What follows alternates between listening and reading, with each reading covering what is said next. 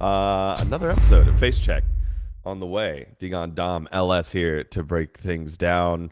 As always, hope that you guys had a great week off. For those of you in the States, hope you have a great weekend coming up. It's a holiday weekend in NA, President's Day. Dom, how are you? What's a day off? I'm doing good, man. It's been fun. You know, LCS is good. LEC's got a good format. You know, LPL is fun as always. So it's like actually a really good time to be watching Pro League. There you go. LS, how about you? I mean, LCS is, well, LEC is really enjoyable this week because now it feels like it's a tournament. So I really like LEC this week. But LCS is also really enjoyable. LCK is a complete dreadful nightmare. Wow. Yeah. Jesus. Yeah.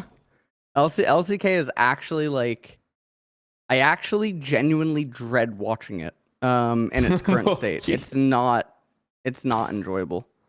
Okay. Why? Huh? Why is it super dreadful? Now I'm like shouting.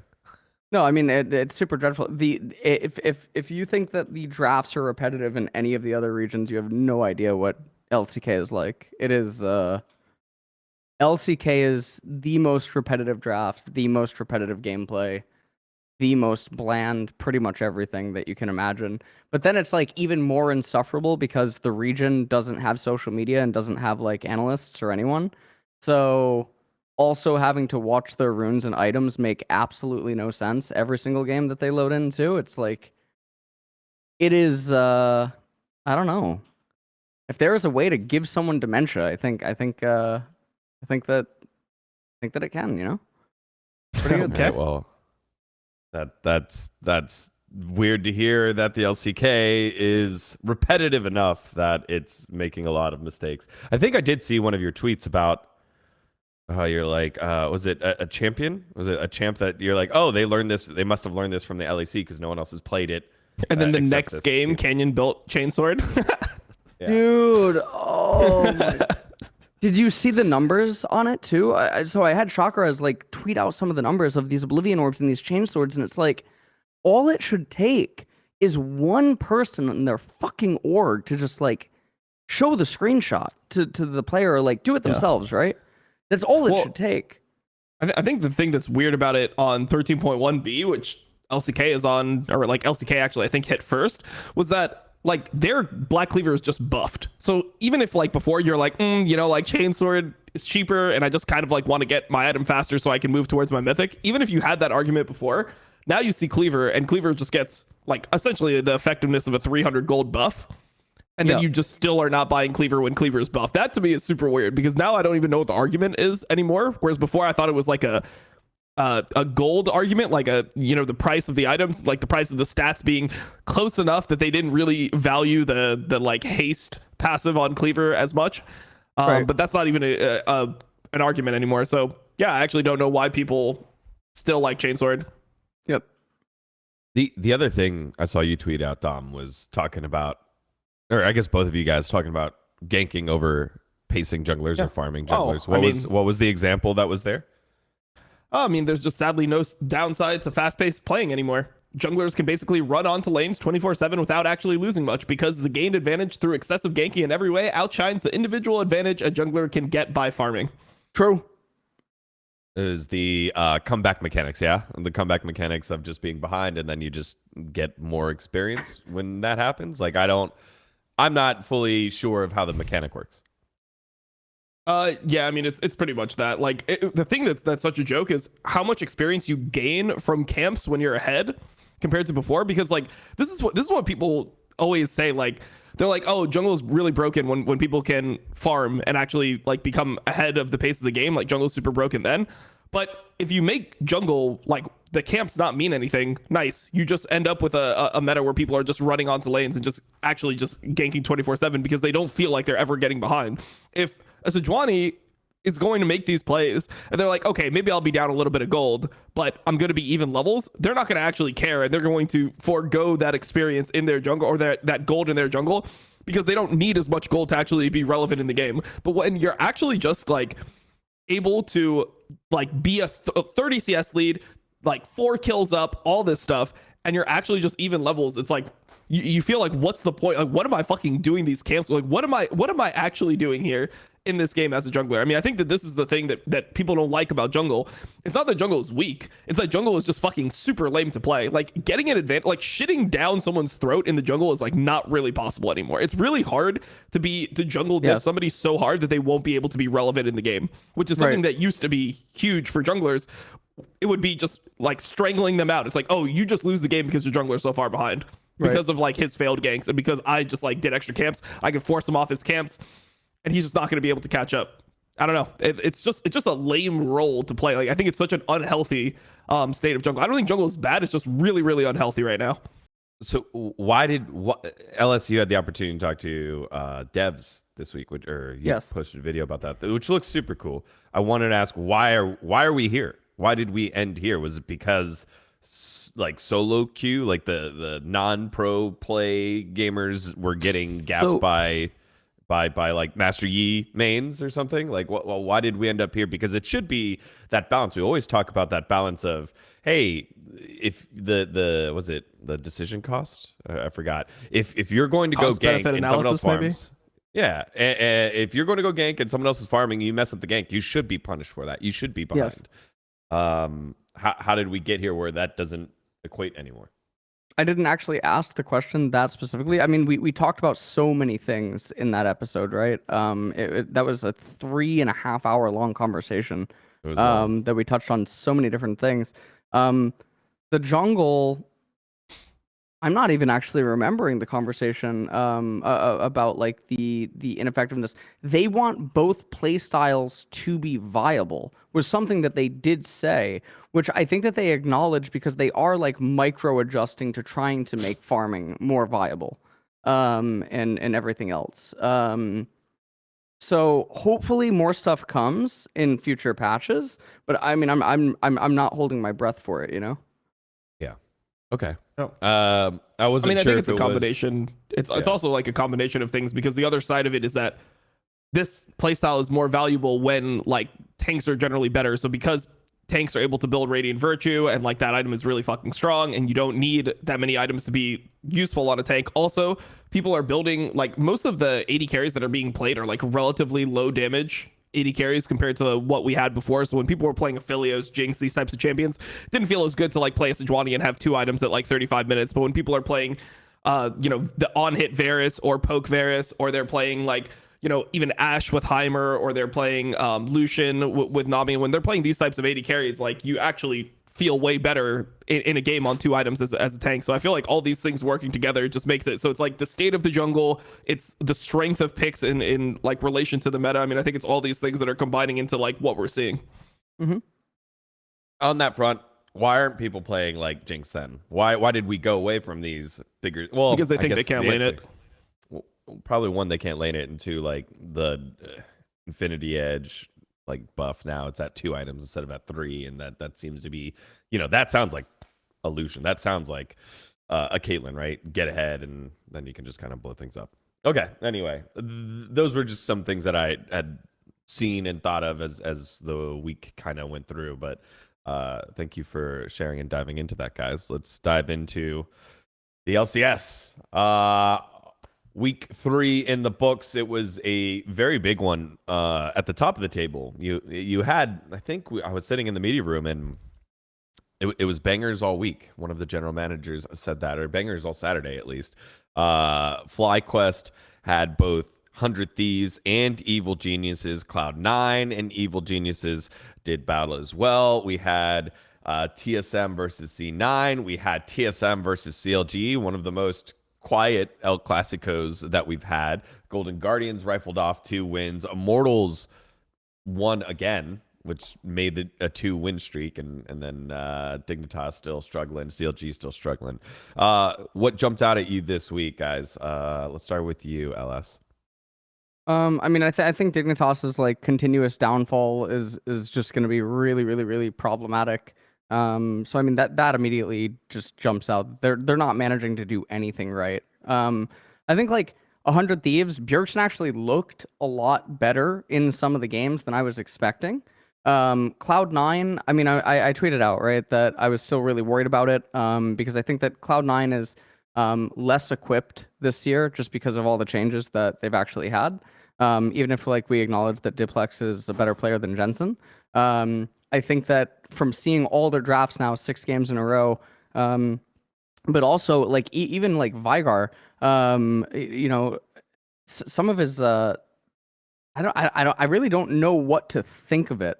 Because normally Vigar is like pretty critical of it, but then I'm getting like confused because it seems like Vigar is also like saying some things that is consistent with like what C9's drafting, and it's like I don't really know what's going on for C9. But if they keep drafting the way that they are, I think that that's going to be really problematic. And if 100 Thieves actually keep leveling up, I think all of our power rankings at the start of the year are just going to completely be, flip-flopped.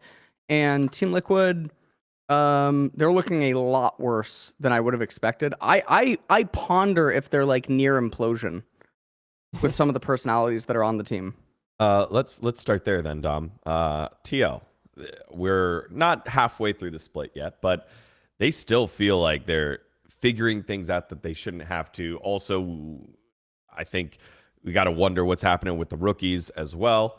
They look like rookies, but not great. I would say maybe Harry has had up and down games, but Jan I think has a little bit more going for him. But how do you feel about TL and where they're going right now? Well, it's weird. I mean, Summit is not dominating as hard as he probably should. Also, like the way that he plays in this meta is just pretty strange overall. Like if you see the way that he's playing out like the Renekton Jax lane, right? He is just trading farm with the Jax. Like he can completely snowball the lane based off like the trades that he takes early. So he could base, buy items, and then come back to lane and actually have an advantage. Like when there's no TPs available, like when he gets a wave shoved in. But someone has this really like bad habit as a top laner of when he has a lead, just trading farm. Like it's almost like some like season 1 bullshit when people used to play top lane where they would get a lead and they would just shove in every single wave, and then like you end up free, like you're farming obviously quickly, I guess, but they're farming just as quickly, and you keep like a 20 CS lead the entire lane phase, where if you're a good top laner, you try to expand that CS lead. You make it so, all right, like I win a trade and like I'm not like pushing the wave in, so like you're gonna like miss CS, and eventually like because I keep on trading with you, you're gonna have to trade your HP for the CS. You're gonna have to take a bad base, and then you drop a wave. Now I've got more experience over you, more like CS over you, but it feels like he just doesn't do that in a lot of these lanes. And then like he obviously got solo killed by Tenacity on top of it when he like played this lane that I'm referring to. So I feel like somebody is playing weird. Pioshik, I mean, Pioshik is he's pretty fucking bad, man. He's like he's terrible. I thought he, like, look, I'm a Pioshik hater, and I thought he'd be better than he was. Like I thought he'd be like a middle of the pack jungler in LCS. Coming in, because I mean I didn't think he would be this bad, but like a lot of the stuff he does just makes no sense. Also, he's doing this like full tank Maokai build. Just like, why are you picking the champ then? Yeah. I see LS is is not enjoying Pioshik's gameplay as well, I guess. I love Pioshik's gameplay, man. It's the highlight. It's the highlight of my day, because see, it also it like lets you know in your chat who doesn't really understand League of Legends, right? They'll be like, but he won Worlds. Or they'll say like he was fine in LCK. They'll tell you the craziest things. So I love Pioshik. He's like it's like a Geiger meter. You know what I mean? That's the device that lets you know there's like radiation poisoning around you. Like Pioshik to me is a Geiger meter for my Twitch chat. Like like guy in chat's like, I think Pioshik's pretty good. It's like, like that guy. Fucking, I know never to listen to that guy's chat, right? So fucking make a quick note on Twitch chat about him. It's great. I love it. Love Pioshik. Whereas it feels like we can discuss a little bit more draft issues with like Cloud9, TL. I mean, the way that you broke it down with Summit not pushing his leads, that's one thing. But what else? What else? I mean, look, what else can they do?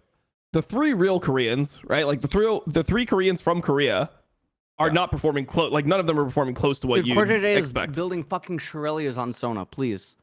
Yeah. I mean, Please. Core is sprinting it, right? And I think the other issue is just like Harry is just Tommy. He's Tommy 2.0. He is literally just Tommy. He looks exactly the same. Yeah. He looked. We're there to call it. Is it not such a perfect comparison? It's like Tommy had these issues all the time where it's like he was almost there. He could kind of lane, but then he would just die in like really weird spots. He looked unaware of what was going on in the game. Like even when he would get leads, he would die on side lane. Same way Harry dies on side lane. It's literally just Tommy. It is Tommy. Like that is their fucking mid laner. So I don't know, bro. Like like I think Yeon is probably the most legit player on the team. I think Yeon actually looks the best out of all of them. Not even compared to what his standard should be, compared to like just all of them on the same level. He is just the best player on their team. Well, I mean, I don't think he's actually. Do you mean he's the best performing? Not that he's actually the best. Yes, best performing player. Okay. I don't think he's the best player. Like the best player should be Summit. Yes. Yeah. The best player should be Summit, and then Core JJ, and then and then Pioshik, right? Come on, and then probably Yeon, and then Pioshik, and then Harry. I actually had to pause for a second. I'm like, it's not good, man. Like I don't know, dude. This is, let me think here. If Yeon had let's see, if Yeon had like Keria, Zeka, could he have won a world championship as well? Like, jeez, I do believe. Yeah. I mean, I think there's just like there's this issue in general in League where because you're so starved for like international competition, everyone ends up getting super overrated from Worlds like alone because it's the most important tournament. Whereas like the other parts of the year matter. So I mean, we saw it in the LCK awards, right? Like Zika's winning Player of the Year. Like how is he the best Player of the Year from Korea? Like he had the highest high out of anyone from the year, but like he was not the best player from Korea at any point of the entire year besides for Worlds, right? Yes. How did he have a better year than Keria? How did he have a better year than Chovy? Like if you're comparing the entire year, you're saying it's all equal, right?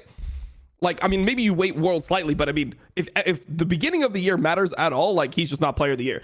Pioshik was somebody who was like a middle tier jungler in LCK at max, and then he would randomly have good games versus Canyon. That's all he was, right? He was never somebody who was considered like a top jungler. Wasn't in the conversation with anyone. He's never been If you're talking about the best junglers in Korea, people were saying Peanut in summer because of like the meta really suiting him. You're talking about Canyon, you're talking about Owner. You're not talking about Pioshik at all, right? Like Pioshik is a reason that team would lose. Like he's getting subbed in Gauntlet, like for Juhan. Like he was not a good player. And then because of that, he's just getting like this opportunity from Steve.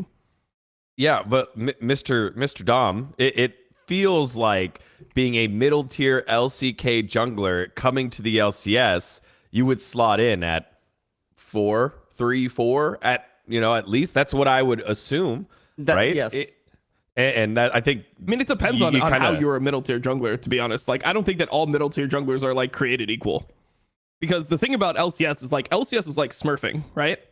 And there's going to be players that are good at smurfing, and there's going to be players that are not good at smurfing. For example, Peanut would not do well in the LCS because he's trying to play around like points of strength. Like his value comes from experience and understanding like what he should be able to do like in a game or like playing around lanes that are winning. Like that is what Peanut was good at. Like getting lanes ahead by like trading a flash. Dude, if you go and you trade your flash mid, it's not like you have fucking Chovy mid lane and now Harry is just going to be dumpstering the other mid laner. Oh shit, the other guy's got no flash. Like he's just fucked. Or like you burn his HP or something and you're going to be able to like make that a massive advantage. Like Owner would fucking shit on like LCS. Canyon would shit on LCS. Even some of like the players like Dread might shit on LCS because like they're able to carry games. But like if you're somebody who's like an enabler in LCK, like you're not going to just dominate LCS because like you won't have the teammates to get you over that hump. Like you need to carry the games.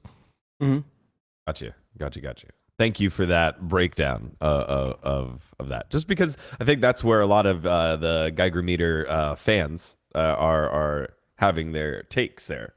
But this TL roster still hasn't quite figured it out yet, and hopefully they will. It's just weird to see.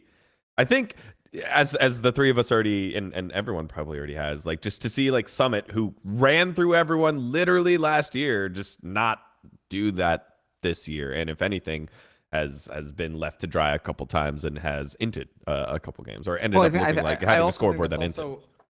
A very big example of how important it is to have someone be really reliable in mid. Fudge was reliable in mid, regardless of what people say he was. And also then you had Blabber. So Summit is just going to be able to play different. Summit is, so you know what's actually really funny about this is Summit in some ways is looking like LCK Summit now at this point, where it's really obvious that he is mechanical, but his teammates are completely falling apart around him, and then he falls apart. Well, let's see if Harry can be less of Tommy and more of Harry, I guess, and we'll continue to watch the growth here on TL.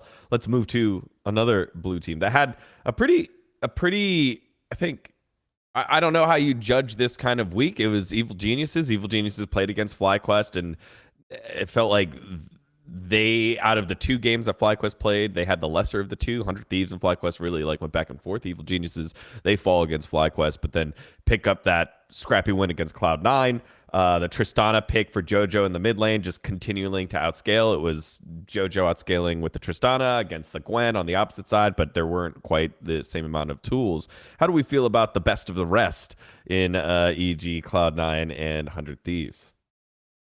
We'll go with you, Dom. I mean, I think EG is still better than 100 Thieves. I know like people are really hyped on 100 Thieves because like Prince and Doublelift like really like each other, or like Doublelift is like Prince's like hero. So because you're seeing articles like Prince talk about, oh, 100 Thieves is the second best team in the league. They're like, well, Prince is the best, so if he says that, they must actually be better. I mean, we'll see the EG game for 100 Thieves, but based on how 100 Thieves looks versus teams that are actually like have better players than them, I would think that they would be actually fourth here. I think EG is the second best team in the league. I think Cloud9 is probably still third. And then fourth is 100 Thieves. And I don't think anyone else is even like close to those top four right now. It seems like every year in LCS, for some reason, you end up with like a top four and then a rest. You end up with like top four and then a bottom six. Even though this year it looked like there was going to be like a top five, maybe even top six, and then a bottom four, because people were expecting the Dignitas roster to at least be serviceable, the veterancy of the 100 Thieves roster to put them in that tier, as well as like TL being this Korean super team or whatever. Even though it was the top six expected, doesn't look like TL's close to the other ones. Doesn't really look like Dignitas will even fucking make playoffs. Like they're probably just gonna go like 0-18 or some shit, maybe like 2-16 if they're lucky. Yep. So yeah, I mean, it's just it's a really close second, third, and fourth, but there's a clear first and a clear bottom six. Les, how do you feel about one of these three squads, or just these three squads? Who's the PowerPoint here? I mean, it looks like maybe I'm not going to count out Cloud9 just because of the players on the team. But I think that Cloud9 is more. I think Cloud9 is more likely to have an implosion if things just start going bad, and I think that they'll probably collapse harder than maybe the other two. So I think that like that's there, but honestly, Cloud9 and EG do not look like the summer versions of themselves, right? That it's not living up to how everything felt. The teams do actually feel middle of the pack. It does feel like 100 Thieves are in contention with both of them right now at this point in time, and I think that's actually really bizarre. Then again, it is only week 3. So, you know, we could see whatever's going on there. Tenacity is doing really well in LCS, actually. I think that is one of the most surprising points from the last couple of weeks. And then in some of the games, obviously, like, you have love Bucio. Tenacity, but I would push back on that. I feel like he's solo killed. I mean, I think he looks good at points, but like, I mean, like if Summit plays any better, like in this Renekton match, like if Summit stops trading farm, like he's getting dumpstered by Summit in that game. Like he gets a solo kill when he's down like 30 CS and 3 plates 1v1, and suddenly like he's back in that game. I mean, he got dumpstered by Fudge. Like Fudge just completely shit on him. Pretty much 1v1 in that matchup. Like I think then he had the Renekton game versus Immortals where like he didn't play that well in that game, but they ended up winning. Like he's like flashing and stunning Sivir with spell shield. And then he had the Ornn blunder. But I think he's performing better than what people thought that he would coming into the league, or like the situation that he was thrown into. And it also showed that like, hey, when players that are quote unquote better than him make mistakes, he'll still punish those mistakes regardless. I think that's a tell of a player who's growing up regardless of whatever role that they play, right? We talk about just pushing farm back and forth. He was able to spot that and punish. Sorry, go ahead, Ellis. Yeah, I mean, he had a good game versus Impact. I think that was like the best game he's had. I mean, they got yeah. I mean, they got shit on either way because other bad things happened in that game. Yeah, But I don't know if like, I don't know. I don't think that he's been like. I mean, maybe better than people expect. I mean, I expected him to be pretty good, so maybe that's why I'm like thinking that he's just meeting my expectations, not really exceeding them. Right. Ellis, keep going. No, I mean that was pretty much it for about 100 Thieves. I think Double Lift is performing right where people expected, like third ADC in the league right now, which is good. And then Busio, I mean, I have very high expectations for Busio, like as everything does continue to progress, but definitely in some of the games he has looked like Boostio, which, you know, he just runs it down, and that's a little bit rough. So I don't know. I think 100 Thieves are improving and looking better than I would say C9 and EG have been. Yeah, I'm trying to quantify that. I think so. With C9 and EG, those are two squads that have had roster changes. Maybe not the core pieces, but the roster changes. But then also big changes in the back end in terms of their coaching infrastructure. Both EG and Cloud9 have had big shakeups. 100 Thieves have had a they rebuilt everything around Closer here. But you also have two vets that have played together that know the standard that they want to carry to move forward. And then also Busio is quite the student of the game. Talking with him is very, very impressive for a rookie and how he thinks about the game and how he communicates with the game. I have an interview with him and Bjergsen. Bjergsen's is from this past weekend, and it was very cool to hear his insight on how he wants to bring things to the team that he wasn't able to over at TL, and the standard that's supposed to be there for himself and the rest of the squad. It was very insightful. So that is why I think it's a little bit interesting, because you'd expect the Cloud9 and EG rosters that are, or at least the Cloud9 roster that's closer to the same, the EG roster that has a lot of the same core pieces, to continue to roll, but they haven't. So 100 Thieves seems to be the one that we're on the up and ups about. What are your, just quick note, I was looking at Twitch chat here. What are your top 3 AD carries? Is it just Prince, Berserker, DL? Okay, yeah. Cool. All right, let's just check them. All right. Well, speaking of Prince, let's head on over to FlyQuest and their successful, dominant week. This squad has just been the talk of the town. This squad, you know, we've had teams before in the past. You remember when we like Lolly Sports or these websites would do like global power rankings, and they would try to slide in like a North American team in the top 10. Is this the closest that we would be sliding in a North American team in the top 10? Is that too much excitement? And that's out without Isla. That's with Winsome in. I remember Winsome's used to do that with really like good. They used to do that with our fucking TL lineup back in 2015. You'd look at like these top 10s, and they would put us like 6th in the world when we're like, because we just started out like 5-1 in LCS. It's like, oh, pick us on that team. They're top 5 in the world. It's like, dude, we would literally be 10th place in LCK. Like everyone would just get absolutely shit on in LCK and LPL that fucking time. So I don't know. I mean, I think that top 10 rankings are like kind of troll. I don't think that FlyQuest is a top 10 team in the world. When I mean, maybe they could be if they played in those other regions, but it's really, really fucking hard to be a top 10 team in the world when you play in LCS. Like you're just you're not getting the practice, and you're just not going to be able to like you're not put in enough of the situations that you need to overcome to actually play versus a team that is top 10 in the world. Like if you're playing versus a team that's top 10 in the world, generally like they're gonna just be better than you on dragon fights and Baron fights and things like that, because that's where those teams are deciding their games when they play against other top teams. They're not just gonna be able to like, you know, they're not just gonna, you're not gonna just win versus a top LCK team or a top LPL team by outlaning them with like Prince and Winsome. Like some of these plays that Winsome goes for are good, but I mean, he also has big ints, and like when he has these big ints, they're just going to be behind from that period. So it's it's a little bit tough. It's a little bit tough. I don't think you can be top 10 in the world until LCS like improves a little bit.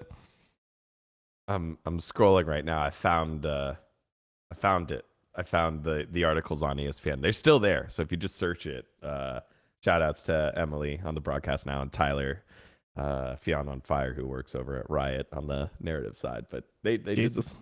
they did it. They did the work. Young got picked up by Riot? Yeah, I think so. He's working over on narrative. I Really? think both on esports, Storyteller, so both on formerly- LoL and Valorant. Oh, it doesn't have it in his profile. Interesting. Okay. Let's see. Team Liquid 12th by the mid season point of 2019. I think at the beginning they were 11th or 10th or something like that. So I just wanted to throw it out there. I mean, it's fun to think about it. It's fun to dream about it. I think it gets a little too real when you start like really ranking the teams and justifying it. But they've answered every call. They had a close game. I think they had one close game. Yeah, I mean they were behind like 3K gold to EG, and then EG just sent the whole Yeah, that instead of was EG one. just That playing one. for Soul, like they just sent the whole game like trying to kill a Scion top side instead Right. of just waiting 3 minutes.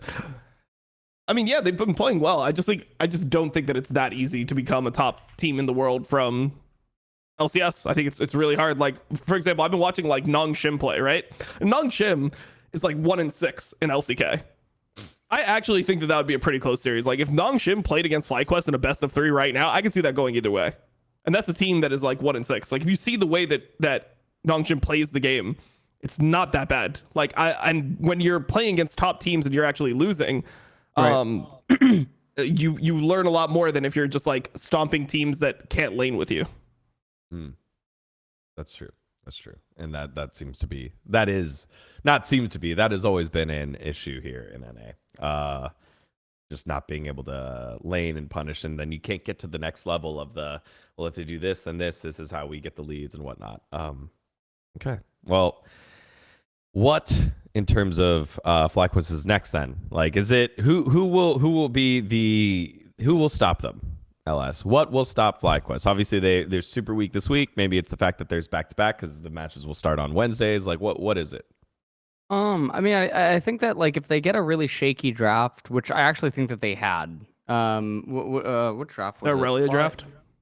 It was the draft where like for some reason they drafted head first. I think it was the Aurelia draft where they drafted Aurelia, like, was it Aurelia Mumu? So that draft was like borderline. Yeah, that draft, like the Aurelia pick was terrible. No. It's the last draft versus 100 Thieves. They draft all hard engage into Zyra, Rakan, Maokai, and it's like, what are you doing? And then like Talia's there as well.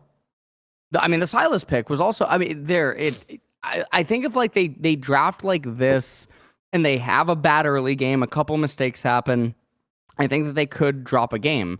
So I don't think that's impossible. I think the only team that's probably going to beat them would be C9 or 100 Thieves. I don't think Team Liquid is actually going to do it, just the way that fucking everything works. So yeah, I mean, I think that's where they're at right now, you know? All right. Well, I think nothing beats them. I think they just fucking end up being like they'll probably drop a game in regular season. I think they'll be like 16-2, like 17-1, like potentially at 18-0. They're going to have a complete Smurf record in regular season. And I just think that they're going to win. You know, I mean, I thought they were going to win before the season started. That's what Ellis and I both said on the show, is that we just predicted FlyQuest to be first. Right. There's nothing that's shown me that should be like an issue at all for them. So I don't know. I just still have them winning. I had them winning before. I still have them winning. Why would you jump off the train now when they start out 6-0 and they beat the top 3 teams in the league? I know. So FlyQuest next match is Immortals, TSM, and CLG. Yeah, this is literally a week that I feel bad for them because I feel like this week is going to make them worse. Like, you're not getting tested at all. Like, at least before you were in a losing situation versus EG, because those players can actually lane with you, right? Like, if you play a bad game topside, yeah, you could end up behind. Okay. Like, how do we recover from it? They had to make a play based off what was happening in a side lane. Cool. I think that's pretty good. Right. I think these games are actually going to make them worse. I feel bad for them. They have to play these teams. Yeah. This is the classic NA test. Don't play down to your opponents, right? And so we'll see if they're able to dodge out that bullet. Okay. I wanted to make sure that we gave some love to some teams that haven't won as much, but did pull out a couple of wins, and that, of course, is Immortals and Golden Guardians. Immortals, they won the very last game. I felt really bad because 2 weeks ago, that was when the studio had audio issues on Saturday, I think, or on the Friday matches, the end of the week matches, and Immortals played the very last game, I think it was. Okay, no, it was Thursday. They played the very, I don't know, I'm looking it up. No, I was right. It was Friday. They played against CLG sure? the very last game. The first day of I thought it was Thursday. Wasn't it the first day of that week? Week 2, day 1? Or no? Let's see. Oh no, it was Friday. No, it was Yeah. Friday. You're actually right. I just Friday. had no power, so I just didn't stream the first day. Ha. Yeah. Yeah, I was just in hell. Nice. Sorry. Yeah, I forgot about that. How did you survive? What was your food of choice did you have any canned foods? Yeah, I mean, we had like canned tuna. Oh, it was fucking horrible. Holy shit. Yeah, no, that was actually like a pretty fucking bad couple days. I mean, at the time, like, it wasn't that bad, but like when you're cold, hungry, you feel sick, you have like a headache from the cold, like you just feel bad. Like, I don't know, bro. It was unlucky. So for context for everyone, Austin, Texas lost power for a little bit. The Texas power grid like failed, and then they tried to get back up and it didn't. And it's cold in Texas during the winter. Hot during the summer, cold during the winter. Yep. Did your food go bad? Does food go bad like in your fridge? The freezer didn't. I don't think the freezer food went bad because it was so cold, but the food in the fridge went bad. Yeah, it was crazy. Yeah, it was just it was such a weird experience because you have like all these like things you perceive as problems. Like, all right, like, okay, we're like handling, whatever business that you have, there's just issues that you have like with different companies, whatever. And then suddenly you have no power and it's like, oh shit, like now we're just at base level, like, okay, survival, like. Mm-hmm. Yeah. All right. Sorry about that. I didn't mean to bring up bad memories, but you kind of brought it up. So last Friday, Immortals wins their first game. No one's at the studio because there is no audio. No one's doing interviews. I felt very bad because, that team, they're all really good kids. They're all really good dudes and working hard. And I try to get interviews with teams on their first win and wasn't able to. That's the and classic. then they win another one here in week 3. And then they're primed to win a third game in a row against Golden Guardians. It's like, shit, we beat CLG. All right, we get bottom feeder Dig. We beat them. Okay, we're going to beat Golden Guardians. But Golden Guardians themselves, they got their first win of the week. So I just want to give a quick shout out to them. Right? First win of the week against CLG, and then second win against Immortals. So I just want to give quick shout outs to Immortals and Golden Guardians trending the right way. Yes, they're playing weaker opponents, but honestly... what it's actually, Dom, have you ever had a losing start? Both of you guys in your competitive careers, have you guys had losing starts like an 0-4 or 0-6? Because like never had an 0-4. I've had like a 1-3, which felt pretty bad. Yeah. LS, I don't think I ever had like a 1-6. Like 1-6 is pretty fucking crazy. Like that's like, that's insane. Technically BBQ because Malice couldn't play. So it was 0-4, but two of the losses were forfeit losses. Oh no! So Malice couldn't play. Yeah. So I mean, yeah, technically it was 0-4. But then we finished. What did we finish? We finished 8-6 or something. But two of the forfeit losses. So could have been that was 10-4. That was spring 2019, right? Spring 2019. Yeah, BBQ. Look at that. Your boy still got it. There you go. Because in 2018, I think we started. For me personally, I mean, I can't. I feel like it's almost impossible to actually go 0-6 or even 2-4. I think it's actually really hard to go 2-4 or 0-6.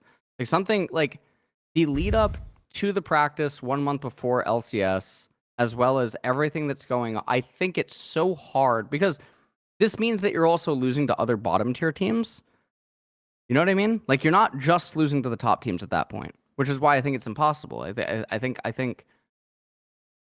I don't know. Man. Well, I think for teams like Dignitas, they're just not. They don't have like a month leading up to it, right? Like Armut gets to the States like 5 days before they actually play. Yeah. But even with the other 4 players, I Well, I mean, they still don't even have like Ignar. Like they still don't have Ignar. Yeah, what is going on there?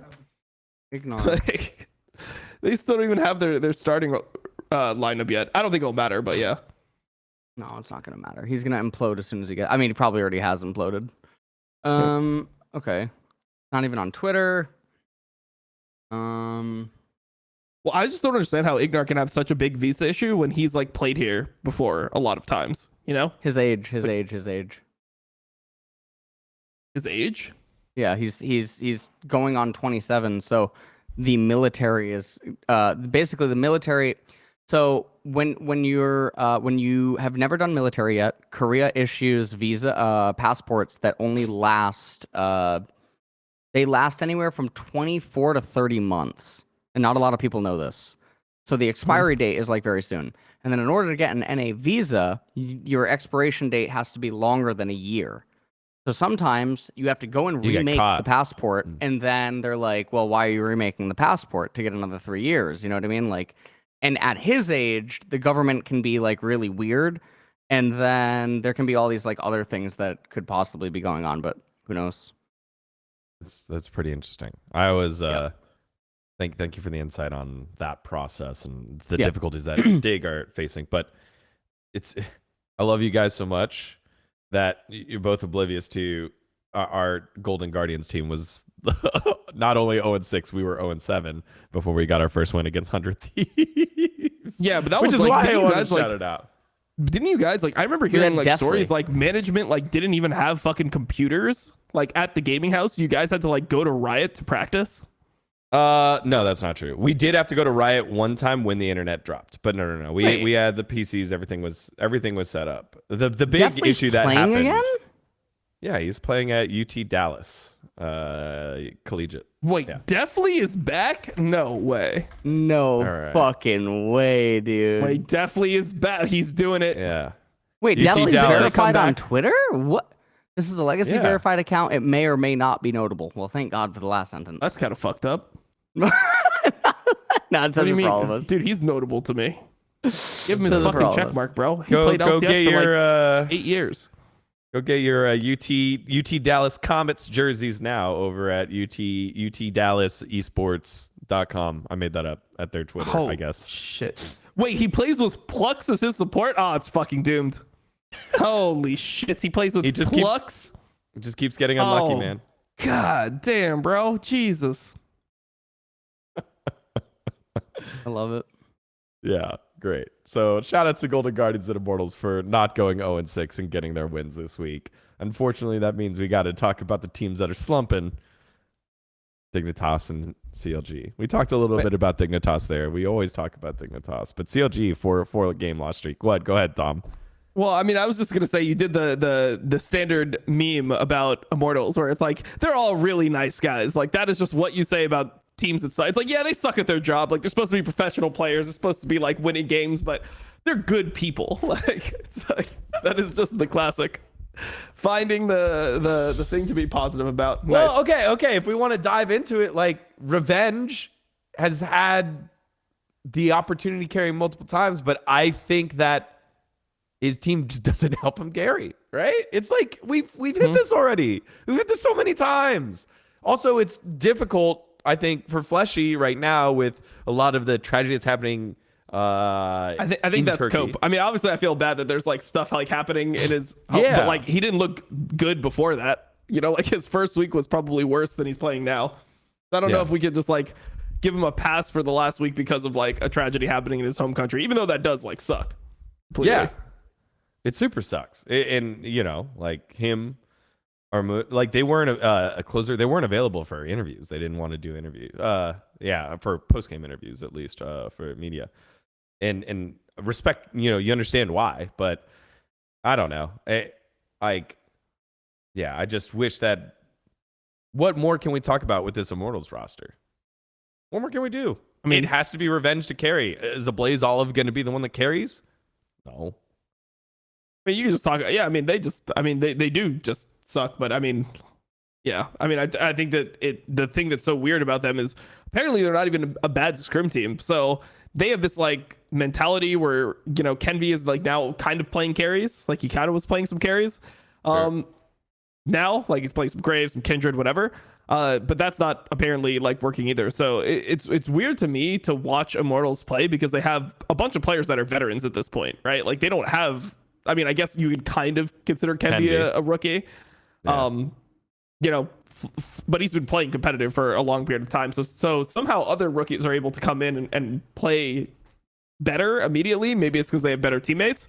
But like, I mean, Blaze Olive has been playing competitively since I believe 2016, and he's still like, I mean, where would you rate him? Like he's a bottom 2 mid in the entire league, probably. Maybe He's the du jour of LCS.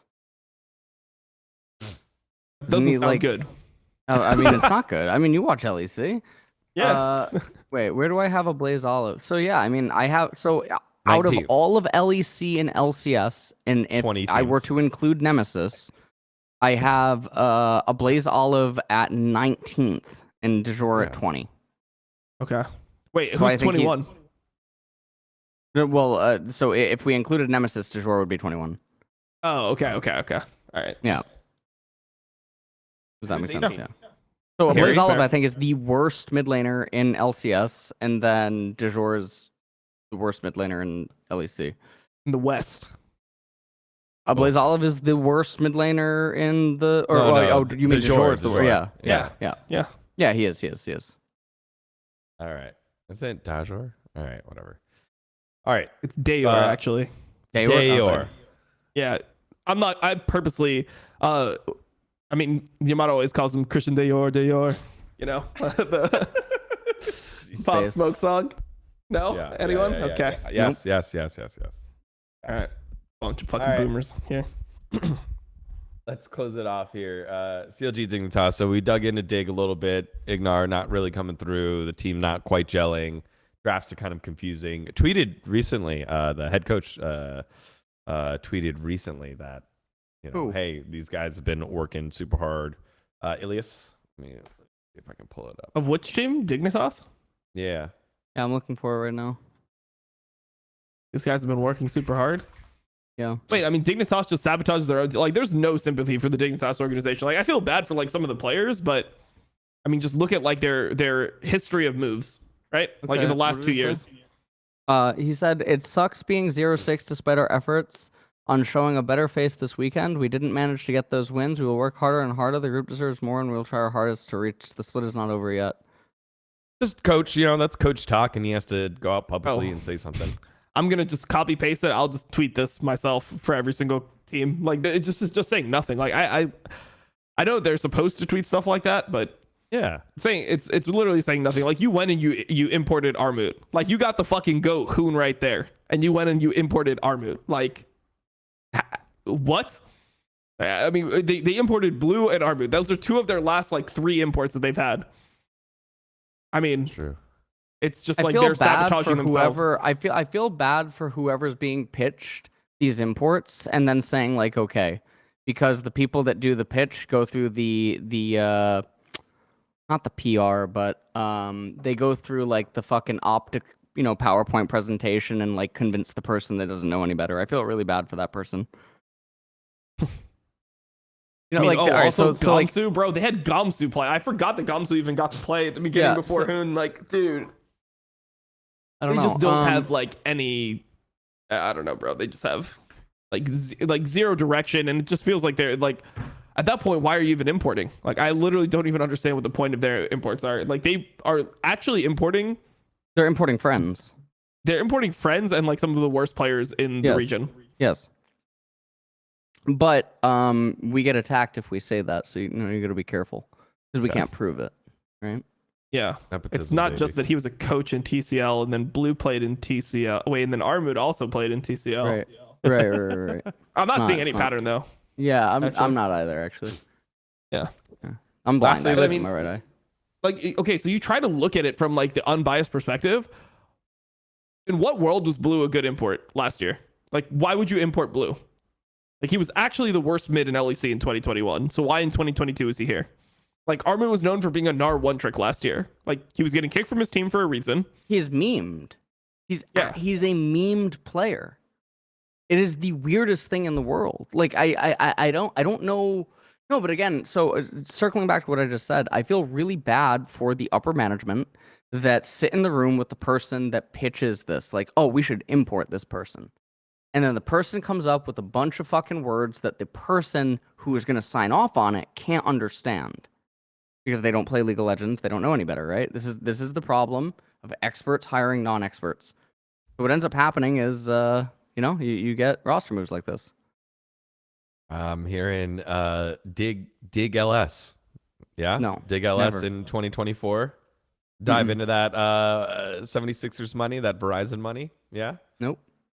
Okay. Digger Immortals, it's one of those two teams didn't sell to Mr. Beast. Wow. That was the rumor behind, because in this past offseason, a couple of teams from LEC and LCS reached out to me. And fortunately, I didn't have to talk to like the GMs or like coaches, right? I got to talk to always the upper management, like the people that would sign off. And I felt really bad for them having the conversations because of like things that they were being told. They're like, they would tell me like, oh, we were looking at this player, we were looking at this person. I'm like, no. Like who told you that? Why would you? And I would have conversations that would sometimes last hours, and I'd fucking try to explain like how the problems in this industry work. Yeah.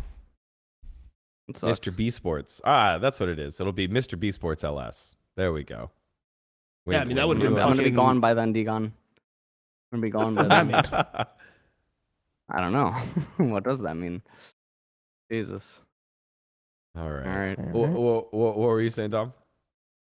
No, I mean, I think Mr. Beast buying a team would actually be really good for the LCS. Like, yeah, it would be way huge. more exciting than watching Immortals just like put like the thing that's so sad about Immortals is that even Dig, some of their rosters look like they're going to be okay. It's like, okay, like Jensen and Santorin, maybe they could do something there, but like Immortals, you just know that they're like building to be a bottom team.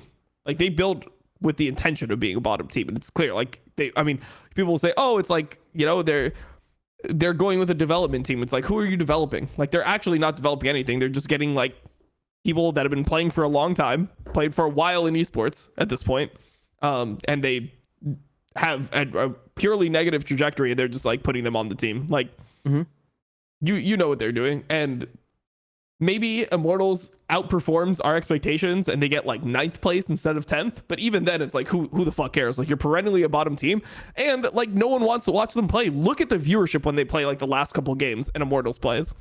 Like, no one wants to watch this team play. They're like this. Oh, they have like a lot of like NA players. Oh, it's exciting to watch NA players play. Whatever. That hype is just so fake. That's always been like fake, the biggest. Yes. Well, hold on. I want to compound onto this. It's the same that the anti-LS or not anti-LS, anti-LCS fucking thing is fake. I don't know if you feel the same way. With the thing where like people just hate watching the LCS. Yeah, they're like, the the streamers. LCS sucks. I can't believe they make all these decisions. LCS is constantly fumbling. It's like, no, it's not, man. LCS is literally the best fucking quality that it has ever been in the last few years. What are you saying? Yeah. No, LCS but the is good. upvotes on Reddit and the very loud minority on Twitter and the way that they present themselves and make it feel, it's like they can convince themselves that, or not themselves, they're like trying to make others believe this is the case. But no, LCS is, I think, amazing right now, actually. Minus Immortals. Minus Immortals. Immortals is the only team in LCS that you don't really want to watch. Like even Dignitas, like they have. Well, like, I want to watch Dig namesake. lose. Yeah, so you want to watch Dig lose, right? And then Golden Guardians has Gorian River, so that's exciting. Yep. And then CLG, like they did pretty well last year, so you still want to watch them. TSM is, I want to watch them lose, but they're actually doing okay. Yeah. TL is the Korean team. EG still EG, C9 still C9. 100 Thieves, Double F Bjergsen. FlyQuest is the best team we've had in a long time. There's a lot of cool stuff, right? So like, but also FlyQuest. Literally, the FlyQuest offseason is a really good example of how quickly an entire team's image can change in 2 months.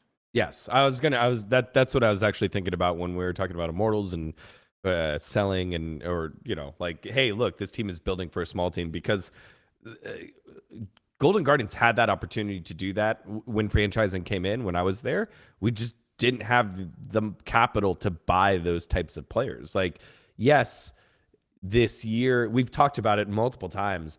This year's salaries are way lower than before. There was like a correction, but you still had to pay to get Prince. You still had to pay to get Vikla. You still had to pay to get these players. I actually would love to see what the average salary is now compared to before, because I don't even feel like this year people are getting paid way less. Like, what is Piosha getting paid? Like, I don't think he's getting paid nothing. What is Summit getting paid? Like, Doublelift and Bjergsen, I know they took pay cuts. What are they actually getting paid? I think the average LCS player makes under $500,000 now, whereas last year the average made 800. Yeah, I think that sounds right. That sounds right. Like, I it is compressed think like very higher hard. tier players minus some are probably at like 400K, 300, 400 now, whereas before they might have been at like 700 to 8. Yeah, I would think like 700 would make sense to me. I mean, 800, like, you're getting really inflated. I mean, I guess it's really inflated by like that one TL roster, but like just because the average went down, I guess I would say what's like the median salary. No, you don't want to know. You don't want to know some of the fucking salary horror stories that I know from yesteryears. Yeah. Like what year was it? CLG, the Bud Light Ace year. What year was that? It was like it's where they had like Wild Turtle, right? Yeah. 2020? Dude. 2020, 2021. Oh, 2021. Yeah, Wild that's Turtle, with Wild Broxa, Turtle right? was getting high six figures. High. Yeah. And I'm like, everyone heard that. What? It was like the 700K or fuck something. Is yes. 750,000. And then it's like, what on earth is going on? Degon's looking fucking Degon, why are you mad when we talk about this stuff? What's going on here? I'm not mad. I'm just listening to how much money everyone's making. It makes me mad. It makes me mad because of how much effort they put in. Like, when I was hearing those salaries, when this shit was happening, I'm thinking of like the Korean and Chinese players that like slave away and have literally miserable lives, and their entire fucking career like banks on being the 1 out of fucking 10,000 that somehow manages to get scouted by a non-bottom tier team, and then they get to do something, right? Because otherwise their lives are fucked. They dropped out of high school, etc. And then you have these North American fucking players that have been around for eternity, getting paid $700,000, $900,000, don't play solo queue, play 5 sometimes games of scrims, go home, complain about work schedule, don't research anything inside of the game. Like, there's no for the love of the game anymore. Which I was having this conversation. Was it with you? That this is one of the reasons that Warcraft and Starcraft and Dota players are so impressive. Is that it's for the love of the game. Yeah. Dota players play for the love of the game, which is why they're so noticeably different when you hear them talk about it. Starcraft players the same exact way. Warcraft players, I assume. I mean, I could reach out to Todd or something like that, but it's for the love of the game. Yeah, these people still love the game, dude. They're playing. So the best players in the world, like Happy and Moon and like these types of guys, they're playing daily, like they're playing weekly cups for $200 a win per match, and it goes up to like the max you could win is like 4, right? So like for $800, they're gonna grind a whole week and just innovate. And like there's patches in Warcraft 3 still, so developing new strategies and then playing a best of 5 or a best of 7 that last hours. Like it's crazy, bro. And it makes me so obviously like I come from the era of StarCraft where stuff like this was the case, right? So sorry about my camera. I don't know what's going on. No, I don't know. It's weird. It's really, really weird. So I'm glad though that the money is going down, because I think with the money going down. Wait, what? Oh, hello? Did Joe just leave? I think Joe's connection died. Hello. Joe leave? Wait, could they hear us when Joe died? Joe, can they hear us? Hello, friends, can you hear us? Okay, Joe's not. I hear you, but Joe's not streaming on Discord anymore. Oh, okay. That's weird. Anyways, Okay, yeah, they can still hear us. Okay. No, so yeah, like I think with all the money going down and all the downsizing happening and like everything like that, I mean, I think it's going to be a lot better.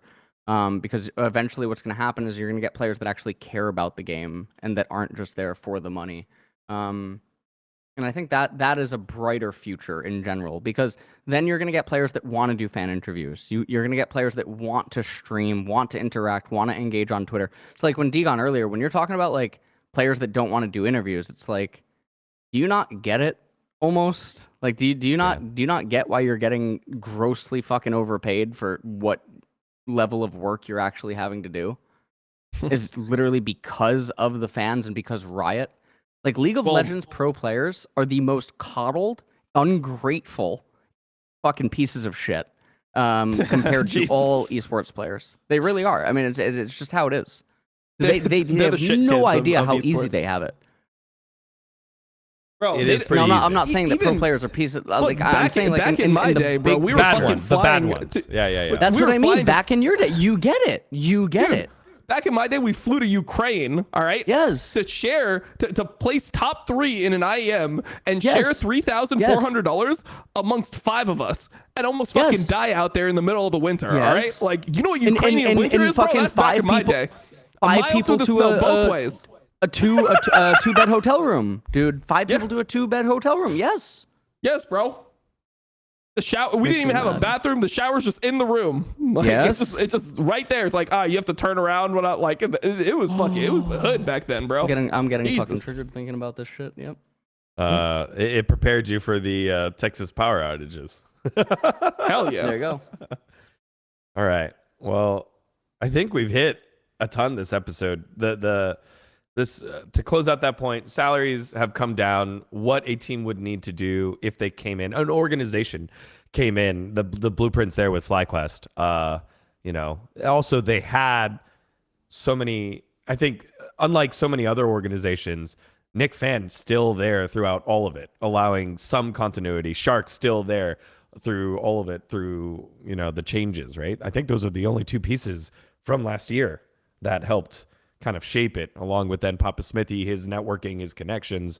And then you're able to get Coach Song as well. Like that, that to me seems like a pretty cool recipe on how to get it done, rather than, yeah.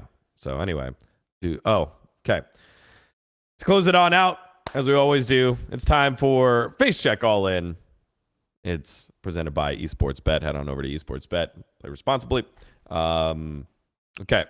What is your first big bet? Actually, what is your big bet of the week when we take a look at the matches here? Dom. Okay, so for the record, right now 2-0 on Facecheck. Both of the ones that we did in the last 2 episodes hit. My bet, I think this is a fucking steal right now. Golden Guardians, 2 points. So I bet on Golden Guardians myself twice last week.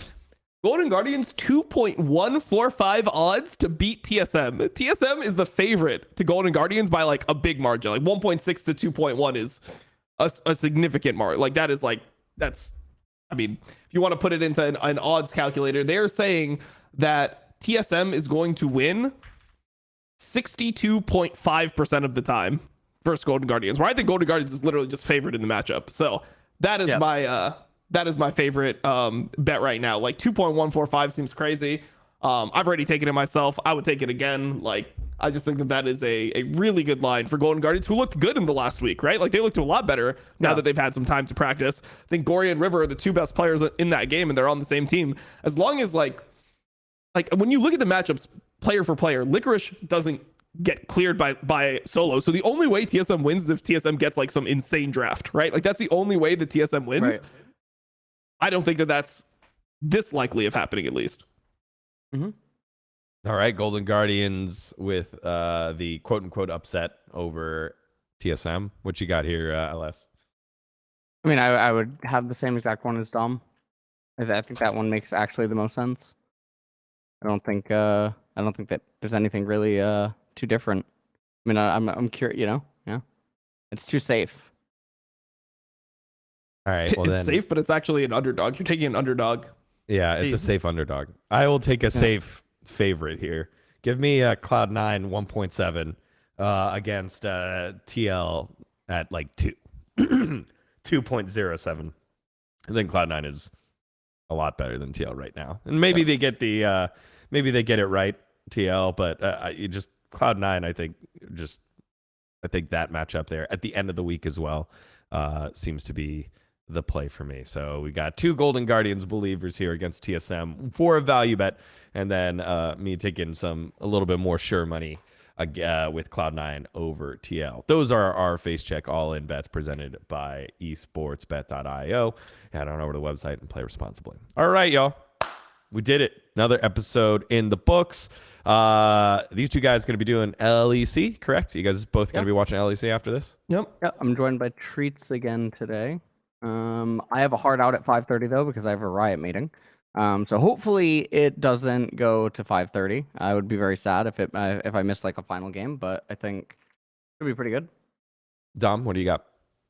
I'm doing LEC. I'm not sure who's joining me yet. I always join a Discord. A couple days ago, we had Wonder, Upset, and Yamato all join. So like a bunch of former Fnatic. So dude, I'm just saying, like, there was a point where I had self-made Treats, like Wonder, Yamato, Upset, like all of the I had a better team in my fucking Discord than Fnatic had somehow, like on the fucking Rift. And I'm not even paying these guys. Look, all I'm saying, Fnatic, like, I know people want to fire Dardo. Hey, hit my line. Like, I might have something good for you. All right, well, there you go. For me, we've got Power Spike later on in the day. So that one will be live. You can catch that one on YouTube as well. And then I have interviews with Fudge, Bjergsen, and both head coaches of FlyQuest, or I guess head coach, Song, and head of coaching, Sharks, on my YouTube channel over at Digon Esports. And I'll be enjoying both LEC playoffs and some VCT. VCT lock-in kicks off. With that, thank you for another week of Facecheck. I hope you guys have a great week. Congrats to the Chiefs for being the world champions. Sorry if you were saving the Super Bowl on your DVR. That just means you're a boomer. All right, guys, take care, and we'll catch you guys next week for more Facecheck action. See ya.